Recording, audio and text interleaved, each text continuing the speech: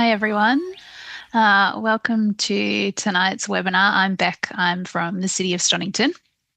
I'd like to start off with acknowledging the traditional owners and the lands on which we're meeting tonight. And for Stonnington and Glen Eira, it's the Wurundjeri, Wurrung and Bunurong people of the East Kulin Nation, and pay our respects to their elders, past and present, as well as extending that respect to any Indigenous people who might be joining us tonight. We acknowledge a living connection to country, relationship with the land and all living things, extending back thousands of years for all Indigenous people.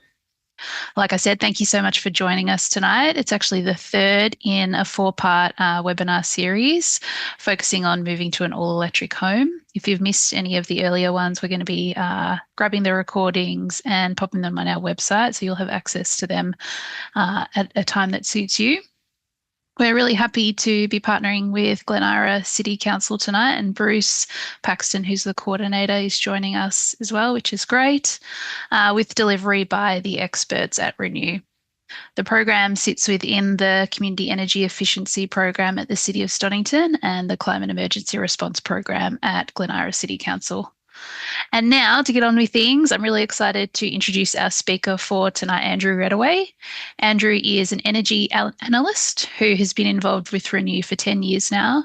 He's helped households with independent energy advice. He's worked for the Australian Energy Market Operator, the Australian Energy Foundation and ENHA, and he's trained in solar installation and is also a passive house designer. So Andrew, I'll pass it over to you. Yeah, thanks a lot, Rebecca. That's very generous intro. Okay, basics first.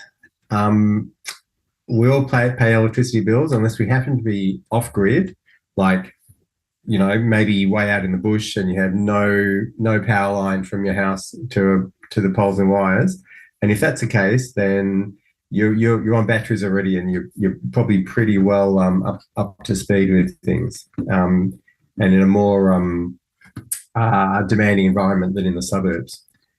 But for the rest of us, yeah, we're all paying electricity bills, and probably the first thing to do is the basics, which is to shop around. And what we'd recommend is the best way to shop around is to go to this website, which is presented by the Victorian government. So it's a comparison site. You've probably seen comparison websites for insurance or superannuation, all sorts of different products out there. And this is a good one because it includes a broad range. Like some other comparison websites might cherry pick which providers they include based on how much they're paying the comparison website. So this was the Victorian Energy Compare, and this is the whatever. So just two comparison websites to find a better deal on your power.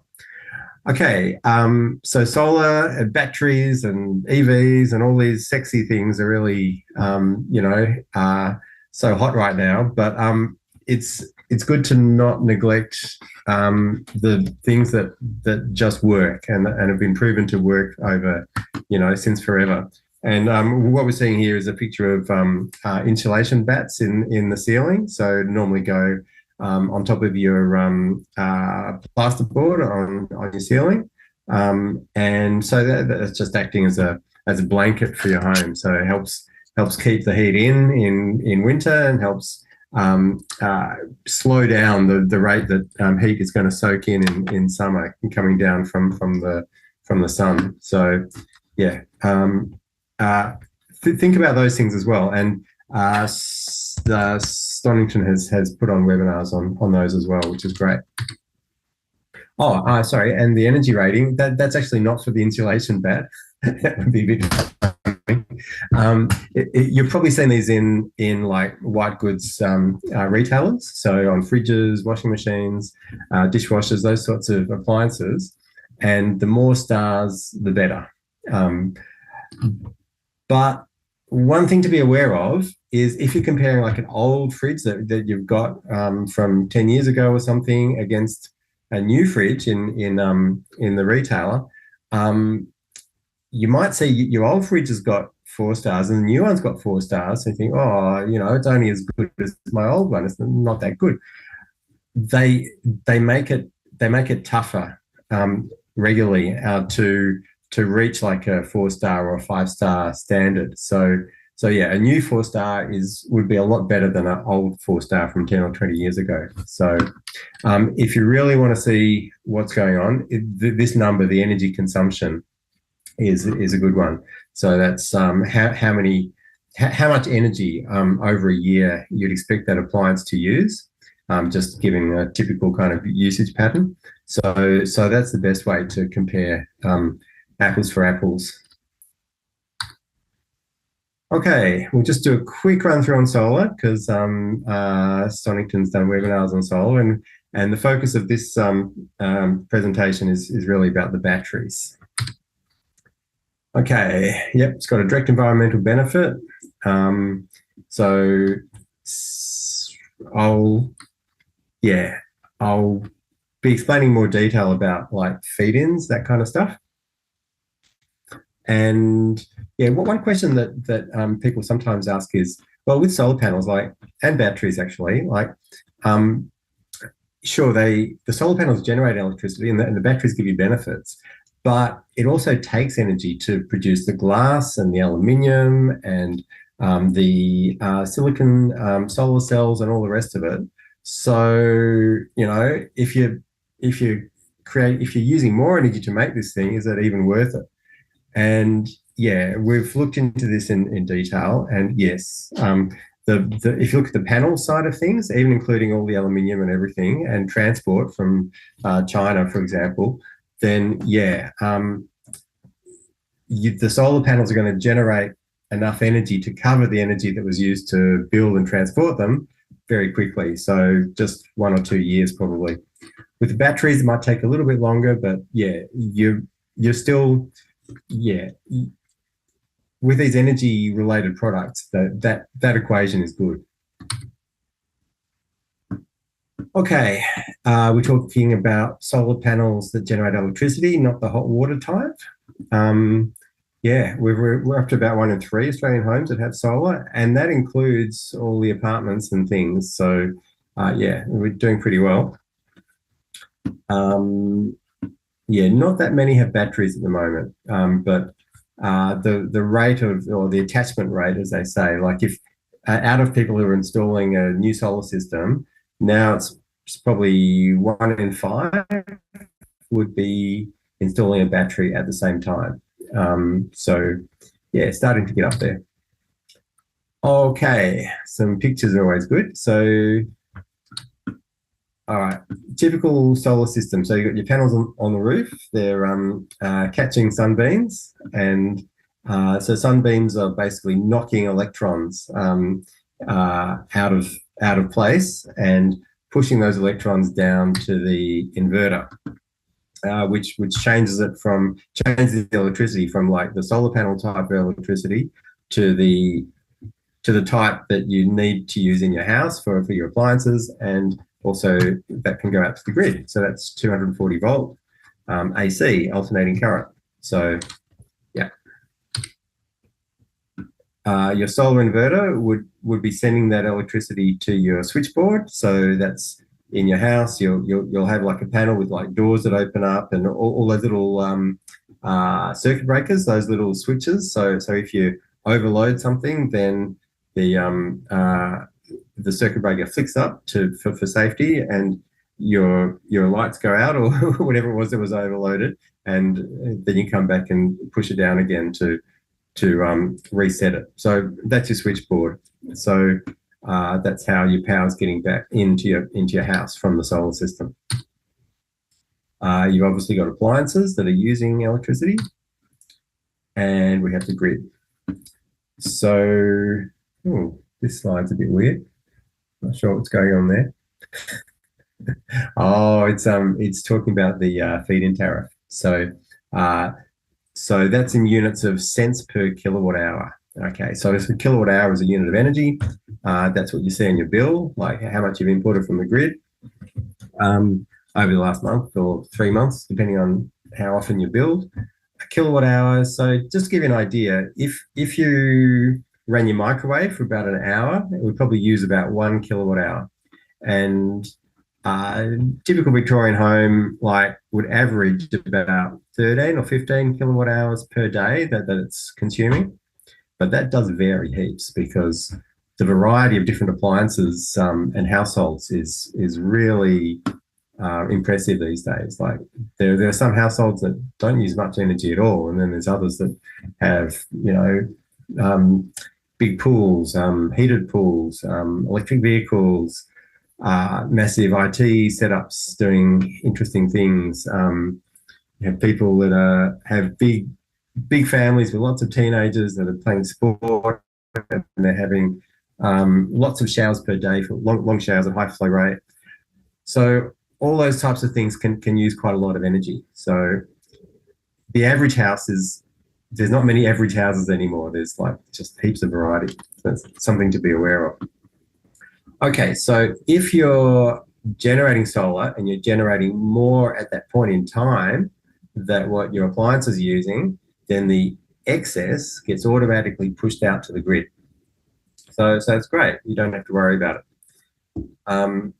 If your appliances are using more than what your solar is generating at any point in time, then the shortfall gets automatically imported from the grid. So when you're importing from the grid, you're normally paying like, say, 25 or 30 cents per kilowatt hour for the energy that you're getting. You have other components on your bill as well, like daily supply charge and all that. When you have an excess and you're pushing it out, feeding it into the grid, exporting it, then you don't get much. So in Victoria from July, the minimum feed-in tariff, the minimum like value that you'll get for each kilowatt hour is only 0.04 cents. So that's a bit of a, it's almost like, well, why didn't they just say zero? I mean, it's as close to zero, but that's done every year by the Victorian Essential Services Commission, and they have a process which is actually a pretty good process. They do include some allowances in there for the environmental benefit of the solar as well. But basically, the issue at the moment is there's heaps of solar. There's solar farms out in paddocks in the country. There's solar going on heaps of rooftops. So at sunny times when you're generating your solar, there's basically an oversupply of solar in the electricity market, which varies from on a 5-minute to 5-minute basis. It's like a stock market. So the Essential Services Commission have taken all that into account and said, well, basically there's an oversupply of solar, and your retailer who you're paying your bill to, like AGL or Energy Australia, or there's hundreds of them these days that you can choose from.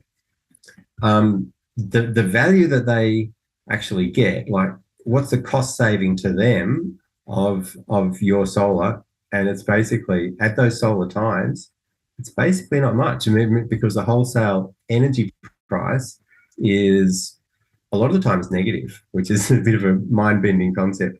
So in the way that our electricity system and our electricity market is set up at the moment, that really low feed-in tariff actually is sort of fair in terms of what the retailer benefit is. Now, we can have an argument that maybe the whole market should be set up in a different way, and I would actually subscribe to that. But in the world we live in, yeah, that's the minimum feed-in tariff. It's going to be pretty low. You might get a good deal from a specific retailer, and they'll give you a higher feed-in tariff, like maybe 5 cents or 7 or 10 or whatever. But if that's the case, just look at the fine print. Maybe they're like giving with one hand and taking with the other by give you a high feed-in tariff, but also give you a higher than the competitors for what they're going to charge you when you are importing from the grid. So, yeah. Look, I could explain in more detail about why this really low, almost zero feed-in tariff makes sense. So if anyone really wants to get into the weeds, then I guess if we've got time in the comments, maybe we can do that, like the questions after the presentation. Okay, yeah. So here's a bit of history. So if you, I won't go through all these numbers, but if you go back into the past, like there were high feed-in tariffs, and that was basically a subsidy for people installing solar, because it was the solar industry was just finding its feet, and so a bit of subsidy made sense just to get things rolling. Nowadays, it's not the case. Like solar is very mature as an industry.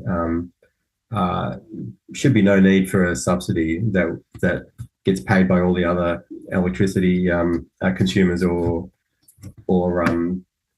by taxpayers. Okay, speaking of subsidies and things, what we do have is some incentives from the Victorian government. So you can, if on the solar side, so it's the solar panels, there's a rebate you can get of $1,400. There are some eligibility criteria, as you can see here, so not everyone's going to get it. You can also take that as a interest-free loan, which you pay back every quarter, I think it is. So yeah, that's a pretty good option. And relevant for this presentation especially is the battery. So you can get a interest-free loan of up to $8,800 to buy a battery. So yeah, that's if that's of interest, then you can go to the Solar Victoria. Like it's basically part of the state government, and yeah, check out the details. There is another rebate on the solar side. That's the STC rebate, and everyone gets that. There's no eligibility criteria. So if you get a quote from a solar installer, then it will already have that factored in. So you really don't have to worry about that one. It's been slowly phasing out, like over the last 7-10 years, and it's got another few years to go before that drops down to zero. So that's nothing to be, nervous about trying to rush in to put on your solar, because it's just gradually decreasing.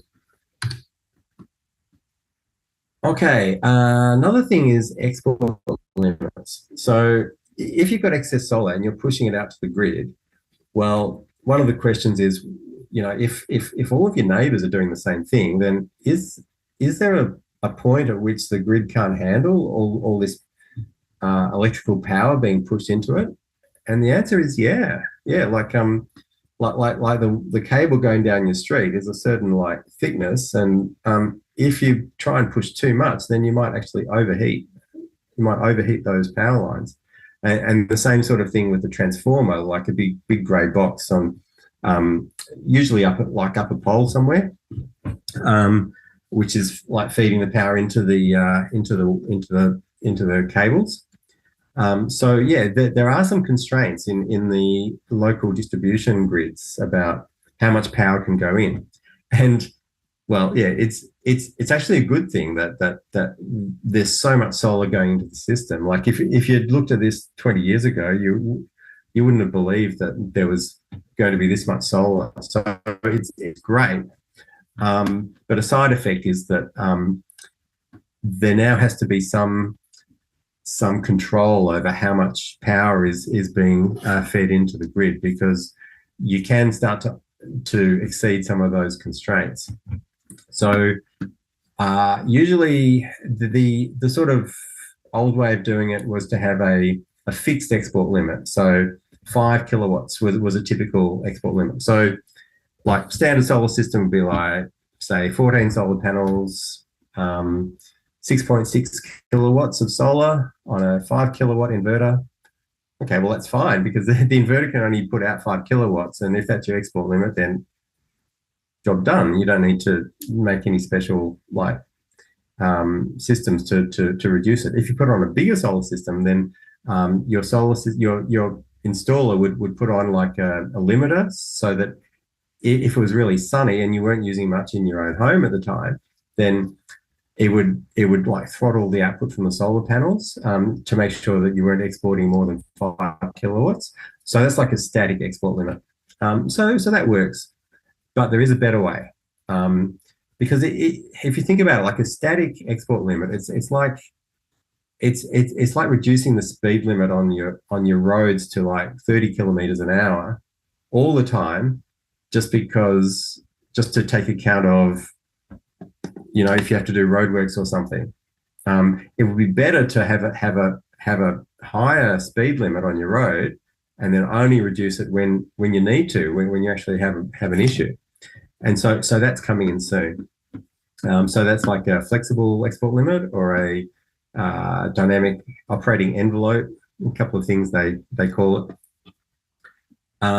So that's basically, so if you're putting on, say, a big solar system, 8 kilowatts on your roof, then you might not have an export limit. You might be able to export 8 kilowatts when it's nice and sunny and you're not using much yourself. So that's great. But if it's at a time when the grid's actually going to have an issue, then you might get throttled down to 3 kilowatts or something. So that wouldn't be happening that often. So overall, it's a good option. Oh, but if you are getting throttled with your exports, then that's a good reason to have a battery in your own home, because that solar generation that you could have been generating that's being wasted, right? So if you can put that in a battery on your own home, then yeah, it's good for the environment. It's good for your bills, etc. Yeah, here's another little note. It's good to try and use your electricity when the sun's shining. So there are some appliances that have timers on them, like washing machines, dishwashers, hot water tanks are great. So you've got a big tank of water, so heat it up like when you've got lots of sun. And yeah, pre-cooling your home in summer or preheating in winter might work, but probably only if your home's actually really tightly sealed and energy efficient, like good insulation as well. Otherwise, you might find that you're preheating your home in winter before you come home in the evening, but then that heat's just all leaking out anyway, so, or mostly. This is actually like the first Tesla Powerwall was installed like 10 years ago now, or actually maybe 12 years ago. So bit of a vintage photo, that one. But yeah, it shows like how long batteries have been around these days. And yeah, if you've got an electric vehicle, then that's a perfect way to soak up some of that extra energy. So these are other alternatives to soaking up that excess power instead of a battery. Okay, so I've already talked about some of these. So tariff arbitrage, just fancy words. If you're on a plan from your electricity retailer, like you can get a flat tariff where when you're importing from the grid, it's just the same no matter what time of day, 27 cents, whatever. There's also tariffs where it varies. So you might have off-peak that's like, I don't know, say 15 cents, and then you have peak times, might be 3 p.m. to 9 p.m. Maybe it's higher, it's like 35 or something. So if you do have like cheaper times and more expensive times, then it's possible to actually charge up your battery from the cheap power from the grid, like if you don't have enough solar or if you don't have solar, and then discharge that battery in the evening. Debatable whether it's worth it that much, except in special cases, which I'll probably come back to. Now, keeping your power going in a grid blackout, that's like in most parts of Stonnington, I would bet that's not usually an issue. Like it's the blackouts normally happen like up in the Dandenongs or in those areas where they've got long power lines and hundreds of trees just waiting to fall on them, like when they have a storm or something. But if that is an issue for you, then that can be a good benefit from a solar and battery system. You just have to make sure that you specify that to the installers who are quoting, because not all battery systems can actually do that. Batteries can help you be like a good energy citizen, like you're helping out the grid. And yeah, we talked about that. Sustainability. Okay, so solar panels, the sustainability is reasonably clear. Like you're generating clean electricity, so that's great. With a battery, you're not actually the battery's not generating. The battery's just storing. It's like time shifting the electricity. It's consuming and then it's discharging. So charging and then discharging. And you have some losses in there as well. So the environmental benefits are not as direct, not as obvious. It's starting to be the case now, though. As I was saying, like at sunny times, we have an abundance of solar. So some homes are starting to get throttled back, and the solar farms are getting throttled back a lot. Like, and they get it worse than what the rooftops do. So, yeah, there's actually clean solar electricity that's being wasted because there's too much at those times. So that's really the environmental benefit of batteries is being able to store that excess and use it and enable like more solar to be installed into the future. What about the economics? Well, as I said, it depends a fair bit. Like houses are very different with their energy usage patterns. Yeah, so generally, if you use quite a lot of energy, or if you're in the future, like maybe you're going to go all electric in your house, like replace your gas appliances with efficient electric ones, for example. If you've got a big solar system, that would help. So here's just an example, like very generic. It's from a commercial website called Solar Quotes that has some good information on it as well. So what they're suggesting with their calculator, and these are all the inputs, so I don't have time to go through all of them, but it's basically just assuming a sort of very normal generic kind of household roof, etc. So they're saying, well, your bill in summer, so this would be a monthly bill. They're saying, well, before solar, 512. Oh no, sorry, it's quarterly bill. So yeah, so $512 before you had solar or batteries. You put in the solar on, that gets it down a lot. And then if you add a battery as well, then you're basically halving that. So you can get an idea, right? And if we go down to winter, yeah, your solar's not doing as much because obviously you don't have as much sun in winter. So your battery's helping, but you can see that the battery's not. Yeah, solar is probably one of the main components, and the battery is more of a sort of secondary thought. So battery is an optional add-on to solar, right? Okay, now we've seen these pictures before, but now there's a battery added in. So this is one option for installing a battery, where the battery is connecting straight into the solar inverter. So they call that DC coupled. There's another option where the battery might be somewhere else. It might be near the switchboard, or it might be in the garage, or and it doesn't actually connect into the solar inverter. It has a cable that goes into the switchboard here. So that's AC coupled, and it means the battery has to have its own inverter, a battery inverter. So that might be built into the battery itself, or it might be beside it. So two different options. This way, the DC coupled, it can be a bit more cost effective, but it's also a bit more limiting because, for example, let's say you wanted to discharge a battery, but if your solar inverter is already busy, like handling lots of solar, then you can't really do it. You're sharing that solar inverter capacity between both. If your battery's AC coupled, then it's more independent. It's possible to get your solar power plus your battery power and add them together. Like, for example, if you had lots of power consumption in your house at a point in time, then they can both work together.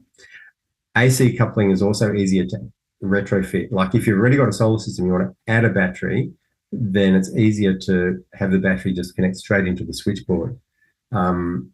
If you try and hook it into your old solar inverter, then you can run into some issues about, Oh, okay, I could do that, but then if I'm messing with the solar system, I have to bring everything up to the current specifications, like Australian standards, and I have to change your cables and might have to change your panels. And it's often that way with electrical stuff. Like it's okay to leave it there if it's just operating, but once you start modifying it, then you have to bring everything up to the latest like standards. So it's often easier just to AC couple, have a battery separate that feeds into your switchboard, which the solar, like the best known example of that would be the Tesla Powerwall. So it's just a battery, it's got a built-in inverter and it connects into the switchboard. This looks scary. Somebody's destroyed the sun, like I'm expecting Dr. Evil or something did that. But so if you don't have solar generation, so it's nighttime, for example, then yeah, your battery can be powering your appliances. Now, if you have a grid outage and if the battery is set up to do it, so islanded operation, so it means you're operating your home as an island, like its own little microgrid, right? Then yeah, if it's set up to do it, then you could be powering your home off the battery. And again, if it's set up, this is another thing to check with the solar installer. You could be charging up your battery from your panels when it's sunny, like while you're all disconnected from the grid. So it's almost like being off grid, but temporarily. So yeah,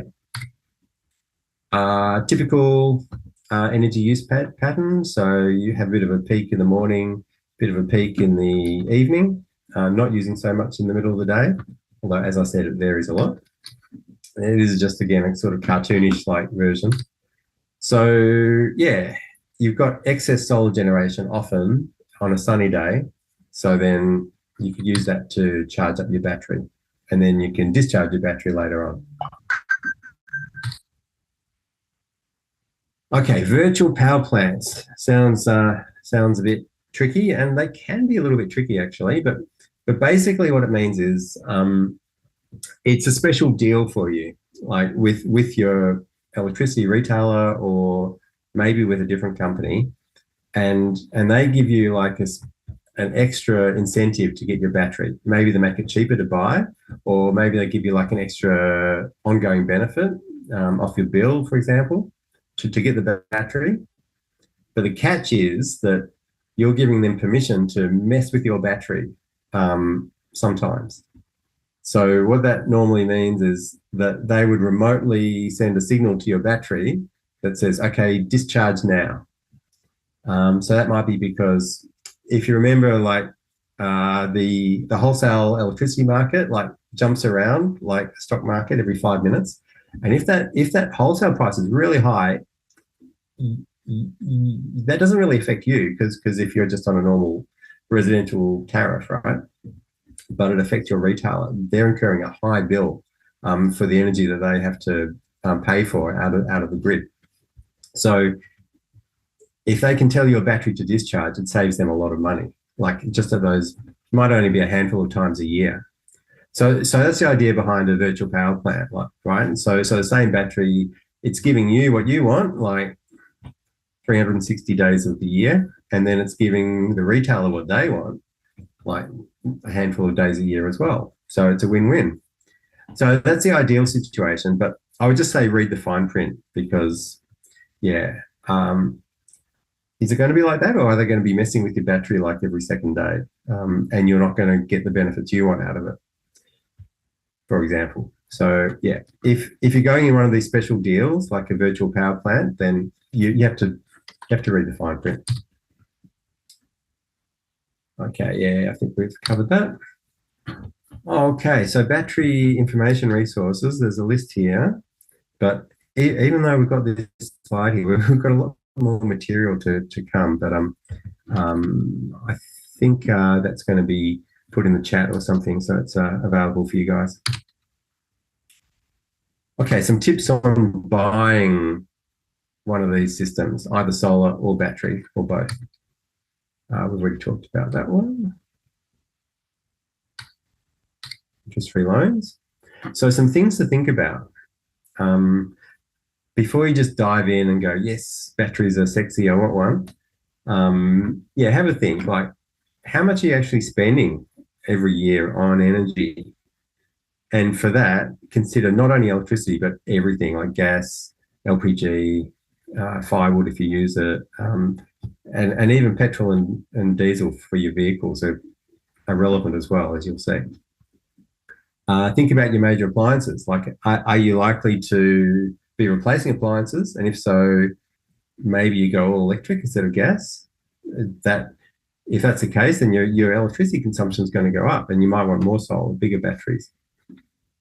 What are your priorities? Is it bill savings? Is it environmental benefit? Is it blackout? Now, this I think is one that a lot of people are thinking about at the moment. So, electric vehicles. Just late last year, the Australian standard was updated to enable in Australia an installation of a electric vehicle charger. So a box you have on the wall that you plug into your car to normally you're charging it up from the grid.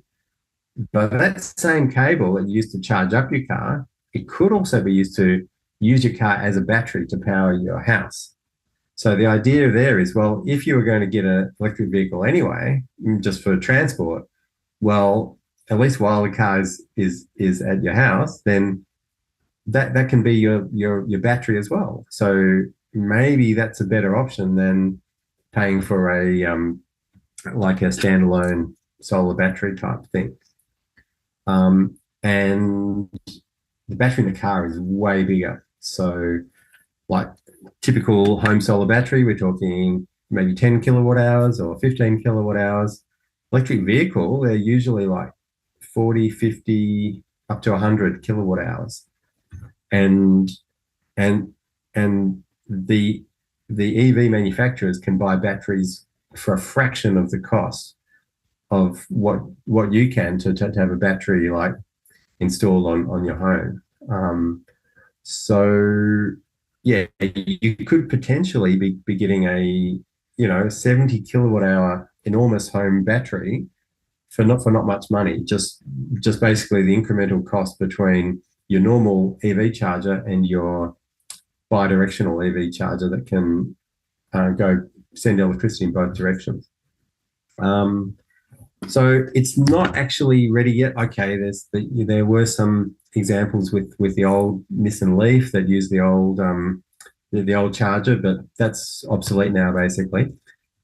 Like the current charger and all the vehicles that use it, which is almost all of them, it's not quite there yet. So we're basically waiting for the car manufacturers to give their stamp of approval and say, yes, the MG4 or the Hyundai Ioniq 5 or whatever the car model is, yes, we will honour your warranty if your battery dies, even if you've been using it as a battery up to some limits or something.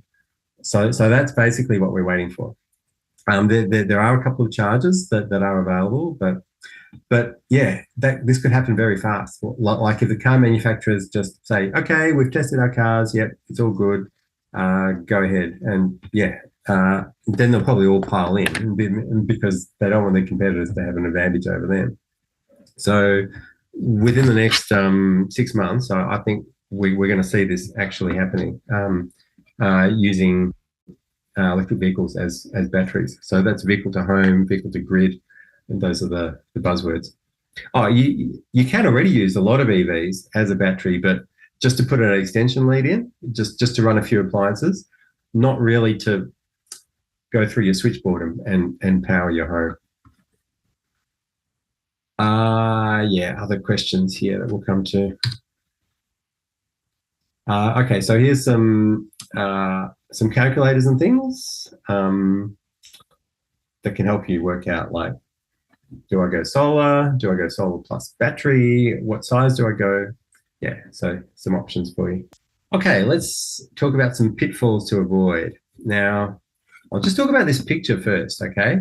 This is a fairly serious battery setup. It's not like one you'd normally see in the suburbs. This is for full off-grid. Like if you were out in the back of Whoop Whoop and um, if you wanted to get a grid connection, you'd have to pay Powercore or AusNet like $50,000 to put in extra poles to bring the power to your property. Then you'd go, no way. I'll just put in a shed next to the house. I was going to put it in a shed anyway, and a corner of the shed, I'll put an off-grid solar system. And this is the type of thing you put in. So, yeah, if you want serious, like, actually, the system can be connected to the grid as well, but it can operate in serious off-grid mode for, months on end as well. Yeah, just wanted to explain that. So the pitfalls would be if you want backup in a blackout, yeah, not specifying that is a problem. Location, we'll come back to in a couple of slides. Ventilations, yeah, no one's installing lead acid anymore. It's all lithium these days. If you put your battery in a garage, yeah, don't. Well, the solar installer will tell you you have to put a bollard there to protect it from being crushed by the car. Warranties, yep, definitely check out your warranty. So if something goes wrong, then yeah, who's going to cover it? Is the installer going to come back, or do you go to the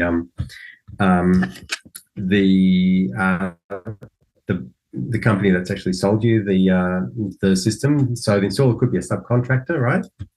So just check that out, and you are covered by Australian consumer law as well. Maintenance is really basically zero maintenance. Like it would be good to have an electrician come and check it, like every few years or something, maybe. Shaded from direct sun. Yep, that's a good point. Batteries don't like temperature extremes, so yeah, it's good to keep in mind. Now, the real location issue. So Australian standards. So this came out like 6 years ago now. So what this picture is, so the battery energy storage system, so that's the battery and any other bits and pieces associated with it. So you have to basically, if let's say you're putting on the external wall of your house, that's the most typical option. You need to have clear space, like on that wall, to the left and right and above it as well. So 600 millimeters left, 600 millimeters right, 900 millimeters up. Like if it's a brick wall, no problems. If it's a like weatherboard, then your solar installer would probably put up a sheet of like fiber cement to So the concern here is about fire. So if the battery did catch fire, or if it, like, the battery may not have caused the fire, but if there's a fire that started and then it spreads to the battery, then yeah, the Australian standard is to try and control the risks around that, because batteries can burn, and there's actually two chemistries, two main ones, like one's more volatile and one's less volatile as well. The standard doesn't differentiate, but yeah. So the less volatile one is the lithium iron phosphate, LFP. So there's a bunch of requirements there. And in some properties, it can be hard to find like a suitable place to actually put a battery. So yeah. Okay, it's basically saying the same thing. That's the Tesla Powerwall that I mentioned. So just because it's the most well-known brand, basically. So you got your battery there, and you've got its associated equipment as well. So this must have probably been installed prior to the rules. Or I guess there could be a cement sheet cladding rather than timber weatherboard, maybe. Okay. All right. So yeah, we've talked about this. Just don't just rush in. Just have a good think about it, because it's an expensive piece of kit. Right. So if you're going to buy a solar system or a battery, then you're normally dealing with a solar retailer. So they're the ones who you're actually doing the deal with, and then they're usually subcontracting to an installer. There are some installers still that you can go to directly, so more like a local kind of one-stop shop sort of uh, tradie company. But in most cases, you've got two sort of companies that you're dealing with. How do you choose a retailer? Okay, so there's a net CC code of conduct, so that's a good starting point. Word of mouth, like if you're looking for a recommendation on a builder or a plumber or someone's going to install your patio or deck or whatever, then same sort of thing. Check your warranties, get multiple quotes. A few other tips: site visits before like installation. If they'll do that, that's a really good sign. But most companies just do it based off like photos and satellite images and stuff. Talked about these. Just be really clear. Like if they're quoting for the work, it should be really clear on where the stuff is going. And when they're doing the job, then just check in on them from time to time and check that things are going where you wanted them to. So like if you got a cable that was meant to be going through a hidden inside a wall cavity, then okay, is that what they're doing, or are they putting it in a conduit that you can see from outside that maybe you don't like so much? The installer has to be accredited with the CEC or actually SAA now. The brand and model. So they've quoted you on a brand and model. Is that actually what they're installing, or is it a little bit different? Now, if it is different, maybe it's just because there's been an upgrade, like they've changed over from the old model to the new model. Well, that's okay.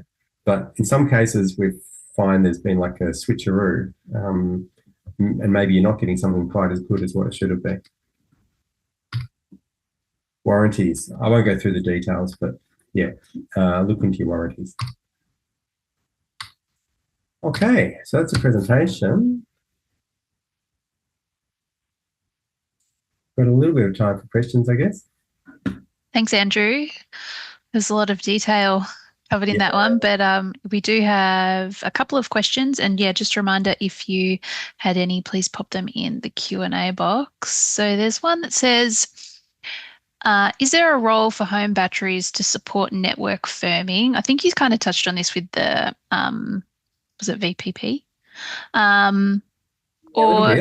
Or should we leave this to utility scale batteries? Wasn't there a recent pilot study in Canberra where 6 of the 12 EVs discharged into the grid to help with firming during a Victorian blackout? Am I correct in understanding that this could only happen if a resident allowed their energy utility to manage their battery, including when the battery was discharging?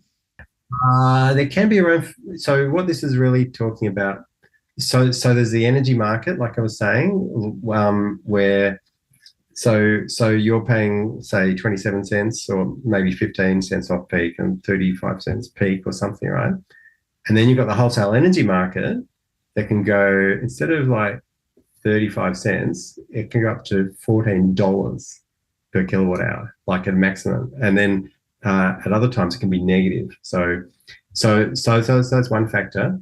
But network firming, so it's probably talking about something else, which is where there's another market. There are so many markets and in the system where like bigger batteries especially, they can get paid just to have some capacity available in case a transmission line falls over or something, and there needs to be a sudden, like within 5 seconds or 1 second, like injection of power, like immediately, right? So it's like call it frequency support. So it's a bit harder for home batteries to to help out that way, just because of the speed required and the requirements to verify later on. Because the market operator, if they're paying you like every month just to be available to jump in when needed, and then you say, yes, I jumped in, I did what I should have done, and they're like, oh, well, how do we know you really did? So there's some requirements around like fancy like metering on batteries and things. So that side of things, yeah, it's a little bit less likely to be in a big way with household batteries. That's probably going to be more like big batteries and other things that are going to do most of that. So that frequency response side of things, yeah, maybe not so much, but there's still quite a lot of value in the other side, just on the energy market, and yeah, home batteries can definitely help out with that. And I think, pilot study Canberra. So sorry. No, go ahead.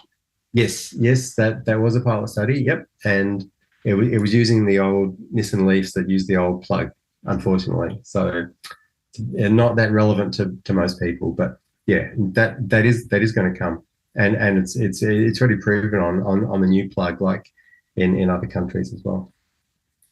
I was just going to say, and I think I've heard that some of the community batteries that local governments are rolling out now, it's also to help out soak up some of that excess solar and shore up the system.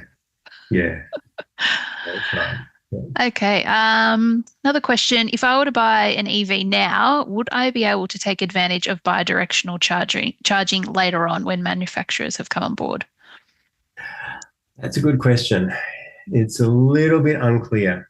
So there are some manufacturers that are selling car models, and they have said that those cars are, they have the capacity for bi-directional energy flows. So an example would be Kia with the EV9. So that's their big like SUV, expensive. It's most expensive Kia you can get anywhere, I think.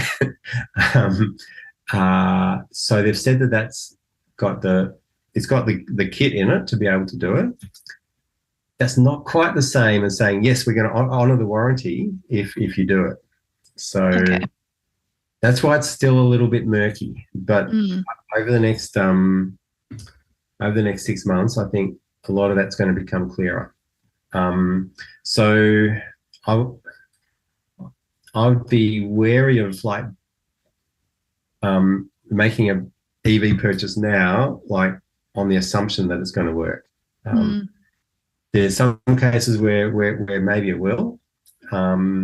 There's cases where, well, okay, it'll work, but you might have to like get a bit of an update at the dealership. Like maybe it's just a software update, or maybe they have to just replace the charging port, and maybe you have to pay a bit of money. And there's other cases where, well, okay, you can do it, but you're going to have to replace the whole like charging equipment in the vehicle, and it's going to cost you a lot. So yeah, we really don't know, but I wouldn't be making any big assumptions just yet. Yeah, sure. And if you are interested in more about EVs, I'm just going to spruik that that's our topic for next month as well, which I think is the 9th of May. There's another question that says, our solar installation is 2.95 kilowatts installed in 2017. Is this sufficient for a battery? 2 people in the home. Our house is entirely electric with heat pump, split system, and induction cooking. Okay, great. Yes, sounds like you're doing pretty well with your energy setup. Yeah, it's great. Yeah, like, is it big enough? Well, it's hard to be really definitive, like, because a sunny day is very different to a cloudy day. Okay, so 3 kilowatts of solar on a really good summer sunny day that's not too hot, you could be generating 24 kilowatt hours of electricity. So that is enough to easily charge up the battery and do most of your home for the day as well, probably. If it's a really dark, rainy winter day when you look up at the sky, and you can't even tell where the sun is, then you might generate 3 kilowatt hours. So that's only going to fill up your battery a third of the way, and that's even before you think about powering the house. So, like the general kind of rules of thumb would be you probably want at least 5 kilowatts of solar, I would say, if you're thinking about adding on a solar battery. Yeah, I mean there are other strategies you can use, like even having a battery that you charge from the grid. Like there's another trend that's coming in. There's at least one electricity retailer that have a pretty innovative service that allows you to basically play on that wholesale market I was talking about. So even if you had no solar, you could be charging that battery maybe for almost nothing around the middle of the day if it's sunny. And then you could be discharging it in the evening and actually earning a fair bit. So and they've got ways that you don't have to be on your phone going, oh, discharge now, like that. They automate it for you, sort of thing. So that's another possibility. If you have a small solar system, maybe you don't have room for more panels. So I think there's going to be more of that happening, like in the next couple of years. That's interesting. So there's a function on the battery where you can kind of sort of say import now. Yeah. Okay. Yeah, sort of. Yeah, and where you set some rules, for example, and then like your electricity retailer will basically do that for you. So it's a bit different from a VPP, right? With a VPP that we talked about, it's basically the retailer is using your battery for their purposes, and it's opaque. You don't really know how much benefit they're getting out of it. You just could see, oh, okay, last night they actually discharged my battery. Oh, okay.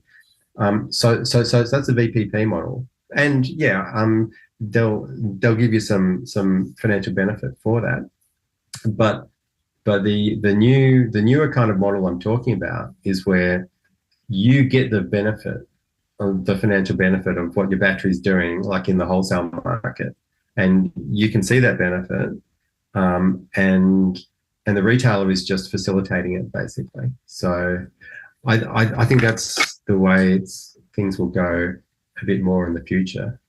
Yeah. And there was one more question that I saw in the chat as well. Sorry. Naughty people putting questions in the chat, eh?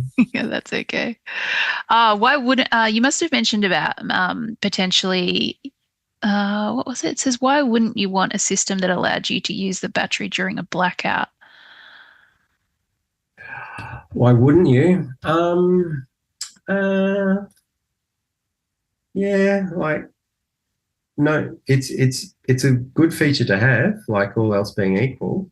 It's just that with some, well, you do need a little bit of extra equipment in there, okay?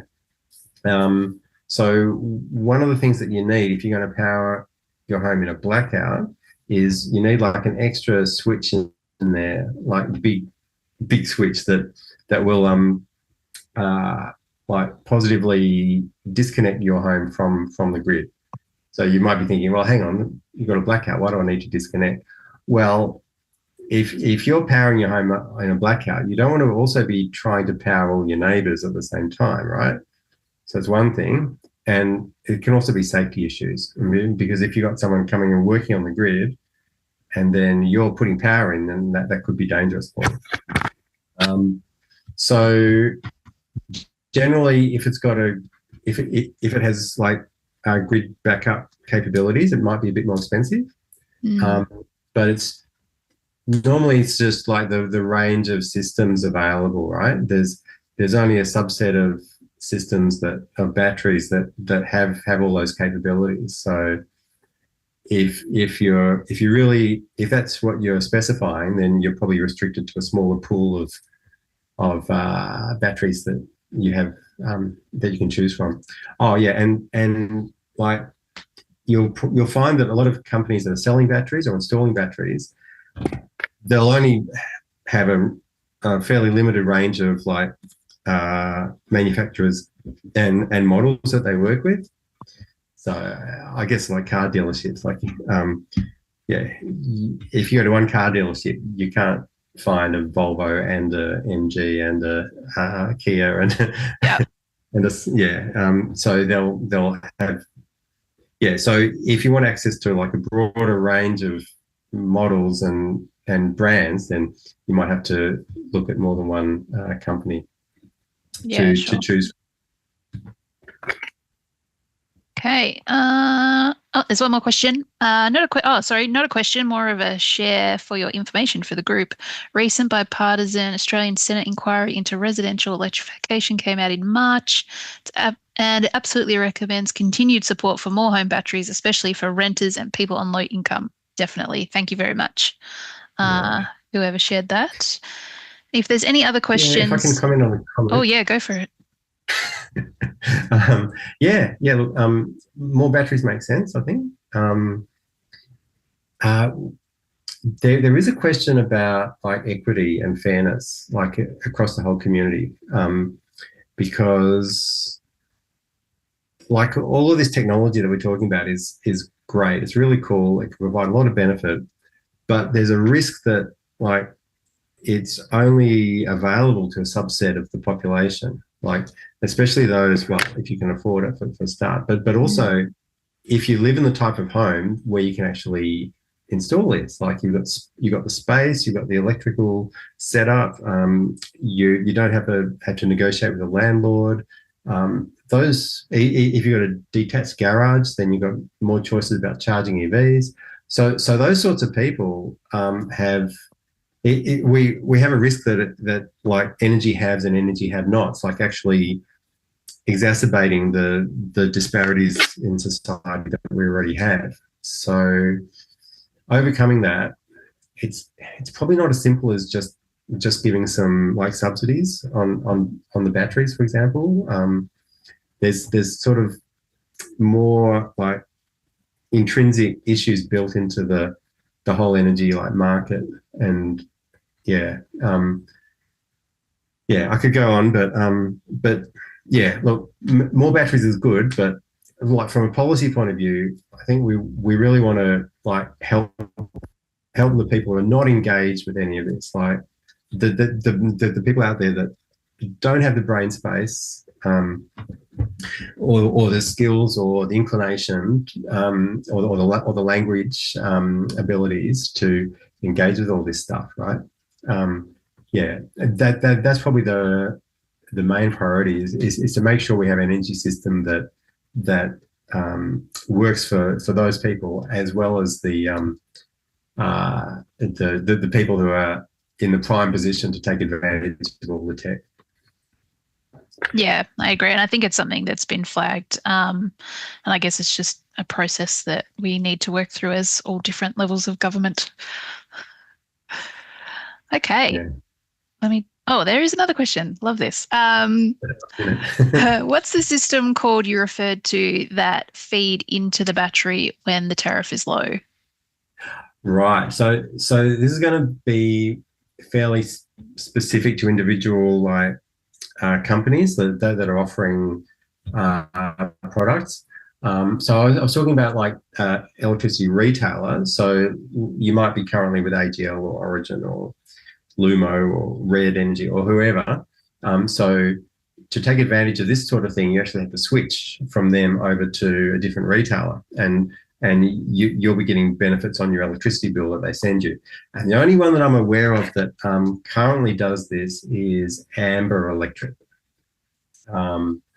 So check them out. But as I said, I think there'll be more offerings like that coming up pretty soon. So yeah, where you'll be able to get those advantages, the kind of advantages that the companies offering VPPs are getting, like you'll be able to get it yourself, which is a pretty attractive, I think. I think the other one I think, is it OVO? I can't remember if that's correct or not, but I'm Oh, sure yeah. if you Yep. Google, I don't know, what Yeah, would you that sounds Google, right. Andrew? Free midday power or something. Ah, I don't know. Have a play around. um, maybe Yeah, wholesale okay. electricity. If you Google that, it'll be all like energy industry Might be pretty stuff. dry. Yeah, that's right. Retailers that offer wholesale prices or something like that. Something like that. Okay. Now, if there are any final questions, feel free to pop them in the chat. I was going to pass over to Bruce, but he's having a lot of tech issues tonight. So I think it's just you and I, Andrew. But just while I'm giving everyone a couple more minutes, if there were any more questions, I wanted to say thank you all again for joining. I put in the chat earlier, or actually, I got Sarah, our tech, help to pop in the chat earlier about solar savers. So both the City of Stonnington and Glen Eira are members of Solar Savers. It's a multi council group, and they offer discounted bulk buys essentially on solar batteries, hot water heat pumps, and also reverse cycle air conditioners. So, yeah, the link is in the chat, but if you can't be bothered scrolling up and finding it, if you just type in Solar Savers and your council area into Google, I'm sure that that will come up and you'll put you in touch with the correct people. But it doesn't look like there are any more questions at this stage. So that might be it for the night. Again, thank you so much, Andrew, for your excellent presentation. And thank you everyone for coming along tonight. Yeah, thank you, Rebecca and Stonnington for hosting it. No problem. So, and hopefully we'll see you next month at the EV session, everyone. Thank you. See you later.